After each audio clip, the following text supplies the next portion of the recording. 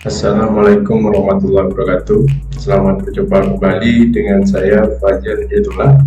Dalam kesempatan hari ini kita akan membahas materi definisi tes dan pengukuran yang kedua.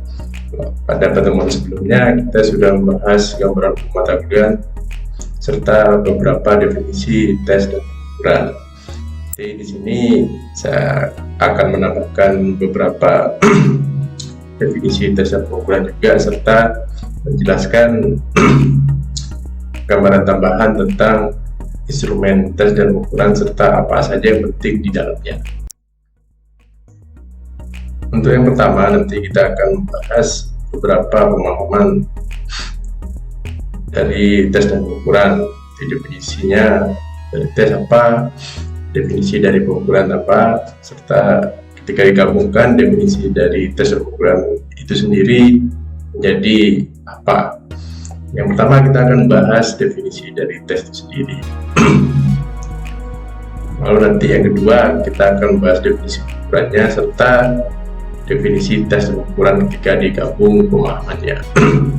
Untuk definisi tes itu sendiri, tes merupakan alat yang akan digunakan sebagai upaya untuk mengumpulkan informasi ataupun data yang dibutuhkan, baik itu tentang seseorang ataupun objek tertentu, bisa berupa bentuk atau sasaran orangnya seperti apa, karakteristiknya.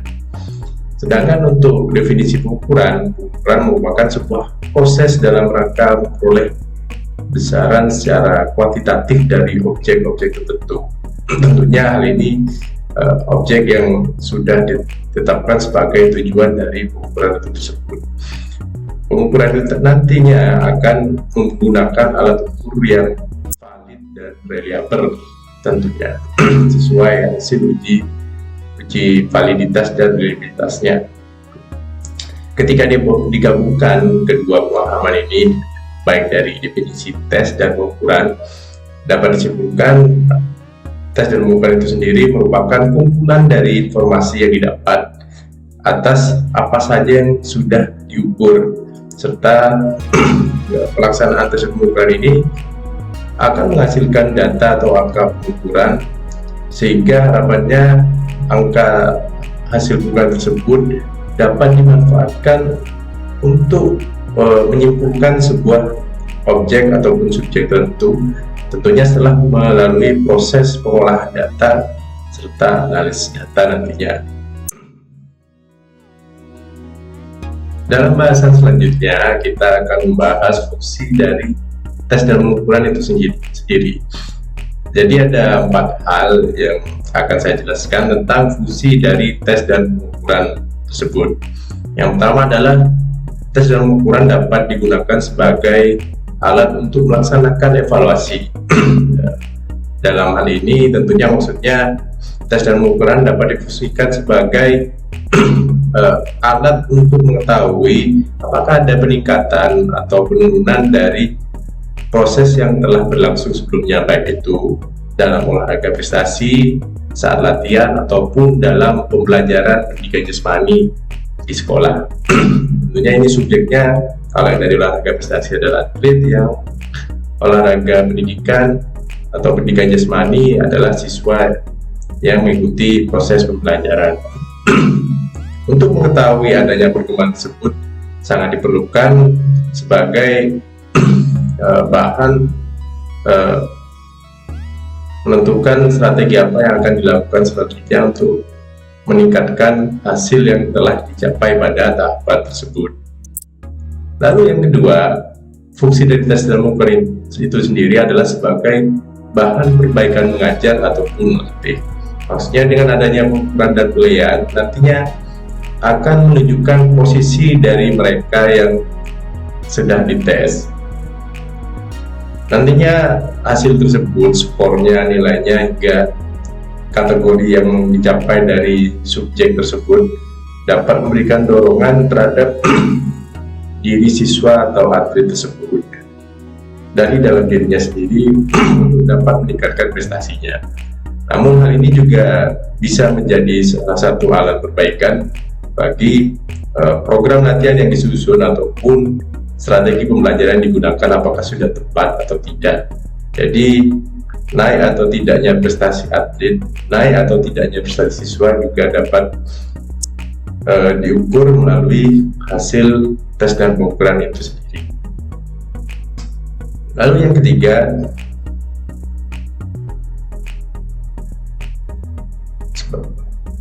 sebagai bahan motivasi, itu tadi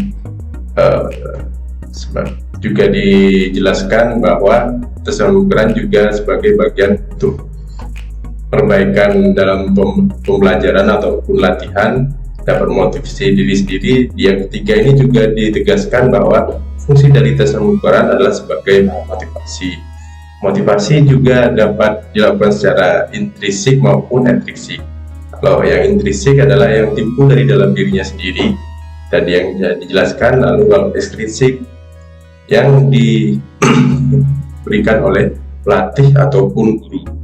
Dengan adanya penilaian atau pengukuran nantinya akan menunjukkan posisi dari mereka yang sudah tes, sehingga dorongan motivasi secara intrinsik ataupun ekstrinsik dapat segera dilakukan sebagai salah satu upaya untuk peningkatan pencapaian hasil belajar maupun hasil dari latihan olahraga tersebut. Fungsi yang keempat adalah sebagai bahan dasar penelitian. Maksudnya untuk mendapatkan data yang akurat dalam suatu penelitian tentunya juga dibutuhkan sebuah instrumen. Kalau dalam olahraga, tes dan pengukuran ini juga merupakan salah satu instrumen pengumpulan data yang tepat tentunya, yang sesuai dengan tujuan penelitian tersebut. Dari hasil tes dan pengukuran tersebut akan dilakukan pengolahan data hingga analisis data sampai kesimpulan yang dilakukan dalam tahapan-tahapan penelitian tersebut.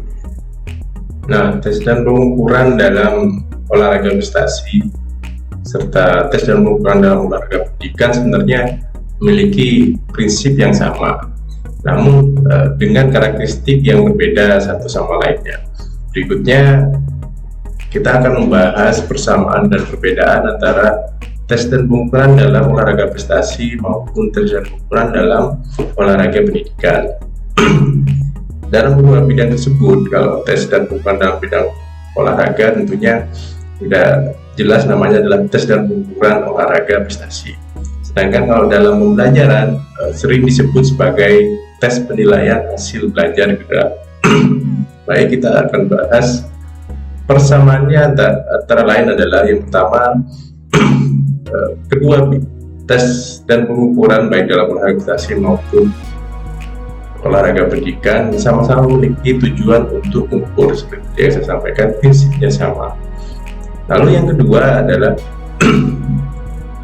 tes dan pengukuran dalam olahraga prestasi maupun olahraga pendidikan sama-sama memiliki objek dan subjek yang diukur tentunya. Lalu yang ketiga, baik tes dan pengukuran dalam olahraga pendidikan maupun olahraga prestasi harus merupakan instrumen yang valid dan reliable atau jelas kevalidannya. Uji validitasnya tertera di dalamnya. Uji reliabilitasnya juga tertera dan telah memenuhi standar-standar hasil pengujian yang telah ditentukan dalam ilmu statistik yang berlaku. Lalu yang keempat, kesamanya adalah tentunya baik tes dan pengukuran dalam olahraga prestasi maupun tes dan pengukuran dalam olahraga pendidikan sama-sama memiliki kriteria penilaian atau norma tes yang dijelaskan dalam teknis pelaksanaannya. Nah, untuk perbedaan di kedua bidang tersebut, tentunya tes dan pengukuran dalam olahraga prestasi digunakan untuk melihat prestasi apa atau pencapaian apa yang sudah diraih oleh atlet tersebut dalam latihan tentunya, karena biasanya objek yang diukur atau subjek yang diukur sesuai kriteria kebutuhan dalam cabang olahraga tertentu. Sedangkan dalam olahraga pendidikan biasanya dimanfaatkan untuk mengukur pencapaian hasil belajar siswa di sekolah, tentunya dalam mata pelajaran olahraga. Walaupun itu sama-sama materinya tentang cabang olahraga, Namun tes dan penilaian hasil belajar memiliki karakteristiknya sendiri yang berbeda dari tes dan ukuran dalam olahraga prestasi tentunya, yang khusus untuk atlet. Sedangkan perbedaan yang kedua, untuk olahraga prestasi tujuan utamanya adalah mengevaluasi hasil latihan seperti tadi saya utamakan. Sedangkan untuk tes dan penilaian hasil belajar gerak hanya digunakan untuk tes dan penilaian hasil belajar gerak sesuai dengan kurikulum atau standar isi yang ada dalam kurikulum yang berlaku khusus pada pelajaran PJUK di sekolah.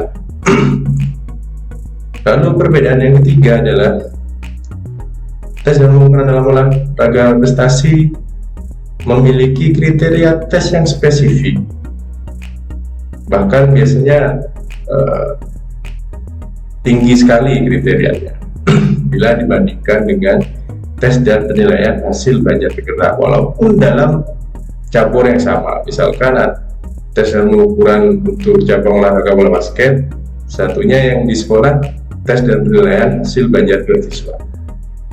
Kedua cabang olahraga ini tentunya tetap menggunakan tes dan pengukuran dengan spesifikasi dan karakteristik yang berbeda. Lalu yang keempat, sangat jelas sekali perbedaannya adalah subjek yang akan diukur atau objeknya yang akan diukur. Kalau di olahraga prestasi sudah jelas atlet yang akan diukur, lalu aspek spesifik dalam olahraga tersebut yang akan diukur seperti kekuatan, skill dan sebagainya. Sedangkan kalau di tes dan penilaian hasil belajar gerak siswa, yang diukur biasanya sesuai dengan materi pada tingkatan-tingkatan tertentu, serta hanya melihat progres hasil belajar gerak siswa sesuai dengan yang dijelaskan oleh gurunya masing-masing. Baik, untuk bagian berikutnya kita akan bahas langkah-langkah yang dilakukan dalam pelaksanaan tes dan pengukuran. Yang pertama tentunya adalah sebelum melakukan tes dan pengukuran, kita harus membatasi dan menentukan tujuan dari pelaksanaan tes dan pengukuran itu sendiri. Untuk melakukan hal ini, kita harus menentukan tujuan pelaksanaan tes dan pengukuran yang akan dilakukan sesuai dengan kebutuhan maupun permintaan yang akan dipenuhi, dengan harapan nantinya agar pelaksanaan tes dan pengukuran ini dapat dijalankan dengan baik.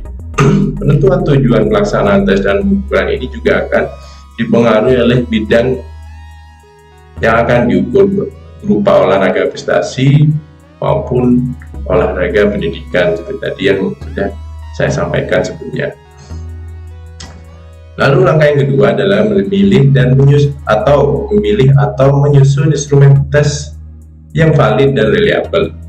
Jadi instrumen yang akan digunakan, kita bisa memilih dari instrumen yang sudah ada ataupun dapat menyusun sendiri instrumen sesuai dengan kebutuhan kita. Tentunya kedua hal tersebut, baik memilih ataupun menyusun sendiri atau mengembangkan sendiri, harus memenuhi syarat validitas dan reliabilitas yang berlaku. Dalam memilih atau menyusun instrumen tes dan pengukuran yang akan digunakan, syarat utamanya yaitu valid dan reliable. Banyak hal yang bisa dilakukan. Memilih instrumen tes yang valid dan reliable ini dapat dilakukan jika instrumen yang dipilih berasal dari artikel ilmiah. Itu kalau memilih ya, tidak membuat sendiri, bukan menyusun sendiri atau mengembangkan sendiri. Dapat memilih pada sumber artikel ilmiah yang sudah dipublikasikan. Tentunya artikel ilmiah yang digunakan yang melampirkan juga hasil uji validitas dan reliabilitasnya, ataupun dalam penelitian sebelumnya yang tidak terpublikasikan, cuman tetap syaratnya harus mencantumkan hasil uji validitas dan reliabilitas instrumen tersebut. Jika tidak tercantum situ, juga dapat dilakukan uji validitas atau uji reliabilitas sendiri. Sedangkan kalau menyusun sendiri, itu harus banyak lagi tahapan yang harus dilakukan. Tentunya pada akhirnya nanti harus ada tahapan uji validitas dan uji reliabilitas hingga sampai pada penentuan norma tes yang akan digunakan tentangnya apa saja. Seperti itu. Untuk yang ketiga adalah tahapan mengumpulkan data. Dalam pelaksanaan pengumpulan data yang dilakukan harus sesuai dengan tahapan pelaksanaan yang sudah ditentukan. Tentunya biasanya tersedia pada petunjuk pelaksanaan instrumen tes yang digunakan. Untuk hal ini diperlukan kesesuaian pelaksanaan tes ini diperlukan untuk menjaga validitas instrumen dalam penggunaannya. Sehingga dalam pelaksanaannya nanti juga perlu diperhatikan sarana dan prasarana apa saja yang dibutuhkan dalam pelaksanaan tes dan pengukuran tersebut. Tentunya ini pasti dicantumkan dalam petunjuk penggunaan instrumen tes dan pengukuran yang kita pilih atau yang kita kembangkan sendiri. Pencatatan skor dan nilai juga perlu menjadi perhatian dalam pelaksanaan tes dan pengukuran, karena kesalahan pencatatan skor atau penilaian dapat mempengaruhi validitas dan reliabilitas dari skor yang dihasilkan dalam penggunaan instrumen tersebut. Lalu yang keempat adalah tahapan mengolah dan menganalisa data. Pengolahan dan analisa data ini sebagai salah satu pelengkap dari tahapan pelaksanaan tes dan pengukuran yang akan membutuhkan pengetahuan statistik yang cukup tentunya, tapi hanya statistik dasar. Statistik deskriptif yang akan digunakan biasanya untuk menganalisis hasil pencatatan skor, tes dan pengukuran yang sudah dilakukan. Analisis deskriptif ini mengolah data mentah yang sebelumnya berasal dari pencatatan skor dan disajikan sesuai kebutuhan untuk nantinya dapat digunakan pada tahap akhir, yaitu pengambilan kesimpulan. Pada tahap akhir pelaksanaan tes dan pengukuran ini, pengambilan kesimpulan dibutuhkan untuk menerjemahkan angka-angka yang sudah dicatat dan dianalisis tentunya pada tahapan sebelumnya untuk menjadi sebuah deskripsi kalimat kesimpulan. Penjabaran hasil analisis data ini dilakukan agar gambaran data hasil pengukuran dapat dipahami sebagai sebuah kesimpulan, sehingga pengambilan keputusan berikutnya dapat dilakukan dengan lebih baik untuk tes dan pengukuran dalam olahraga maupun tes dan penilaian hasil belajar dalam pendidikan jasmani. Kalau dalam olahraga biasanya evaluasi hasil latihan, sedangkan kalau dalam pendidikan jasmani biasanya pencapaian hasil belajarnya seperti apa. Baik, pada bagian selanjutnya kita akan membahas tentang kriteria pemilihan ataupun penyusunan instrumen tes dan pengukuran. Untuk yang pertama, kriterianya adalah berupa validity atau ketepatan, seperti tadi validitas yang saya jelaskan. Dalam hal ini, kriteria ini tentunya tes seharusnya mengukur sesuai dengan tujuannya atau mengukur unsur-unsur yang penting yang harus diukur, sehingga kesesuaian konsep tes yang dipilih atau disusun dapat menjamin data hasil tes dan pengukuran yang terkumpul tersebut benar-benar mewakili objek atau subjek yang sedang diukur. Kesalahan dalam memilih ataupun menyusun instrumen tes pengukuran biasanya terjadi karena kegagalan dalam memahami indikator-indikator apa saja atas objek maupun subjek yang sedang diukur.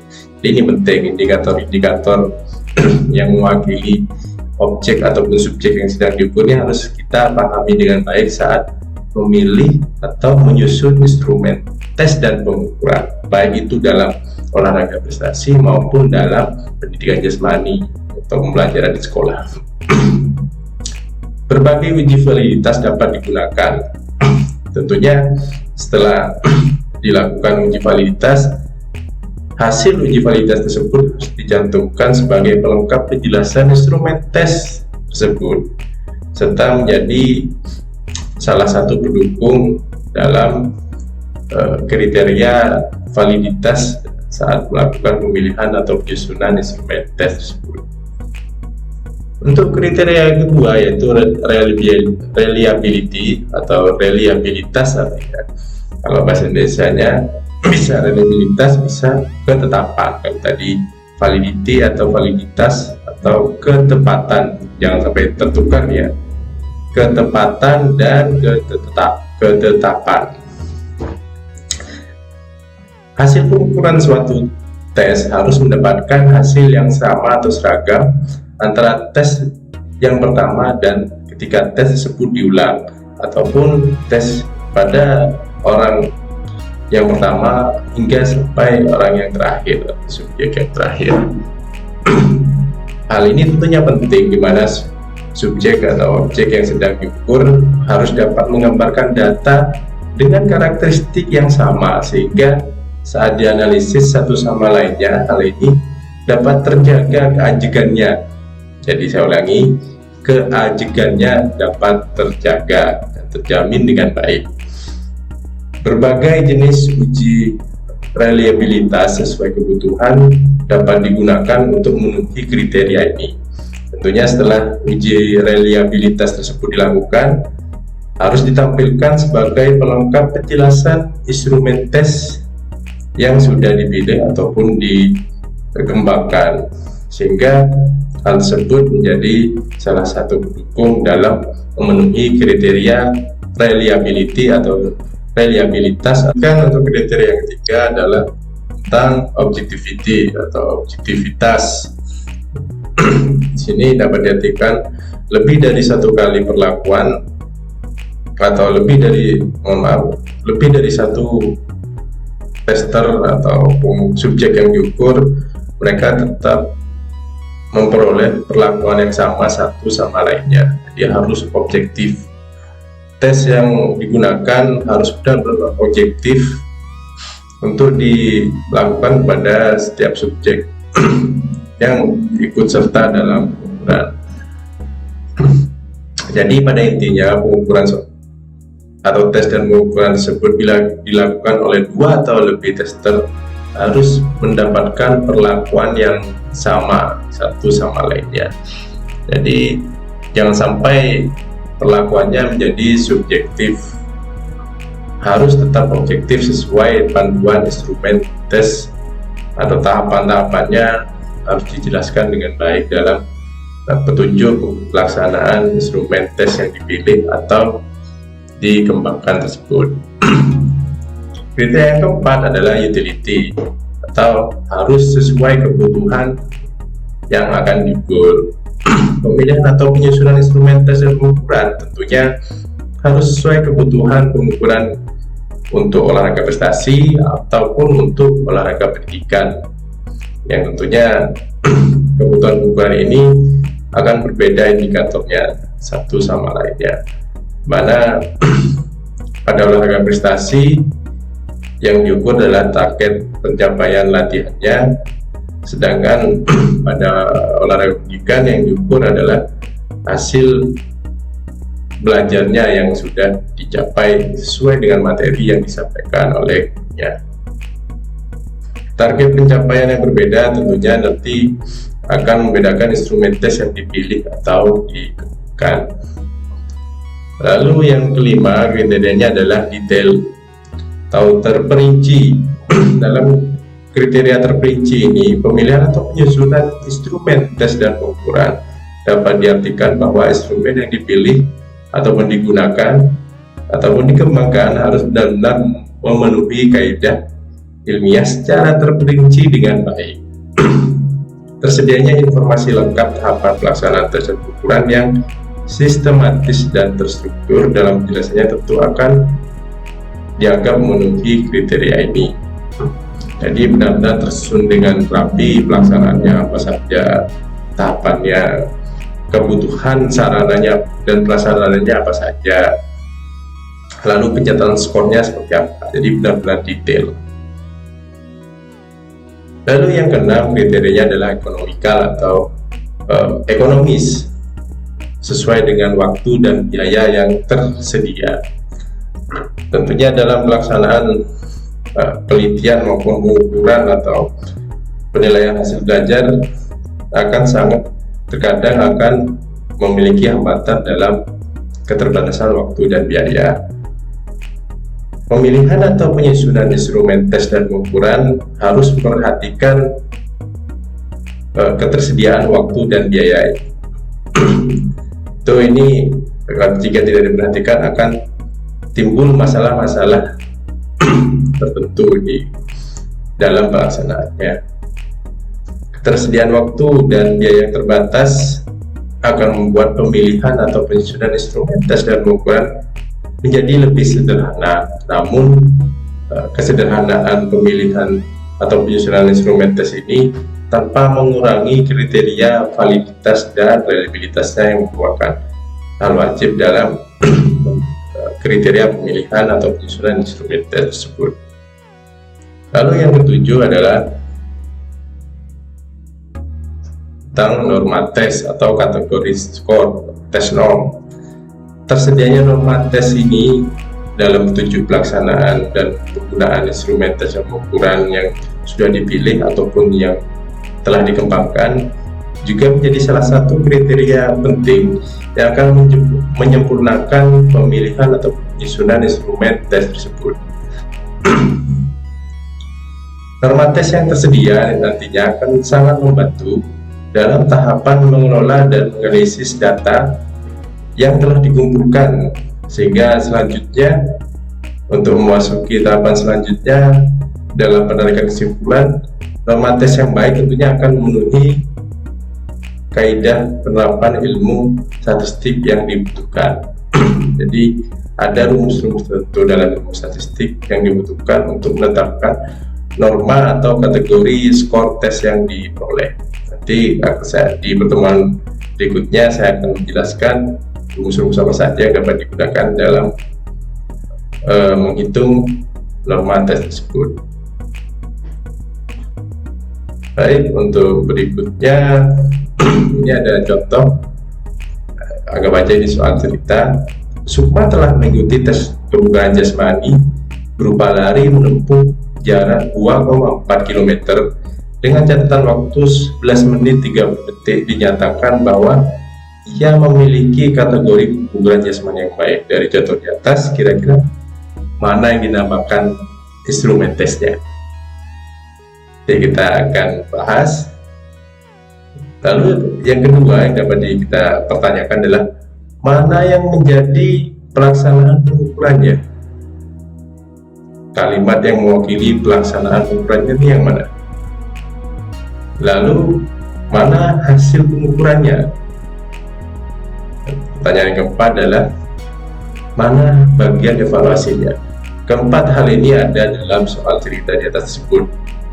Ayo kira-kira yang mana? Nanti Anda ini dengan latihan soal ini Anda bisa menjawab pertanyaan pada quiz selanjutnya atau untuk pertanyaan pada tugas selanjutnya yang akan dimunculkan pada LMS yang sudah disediakan, namun tentunya dengan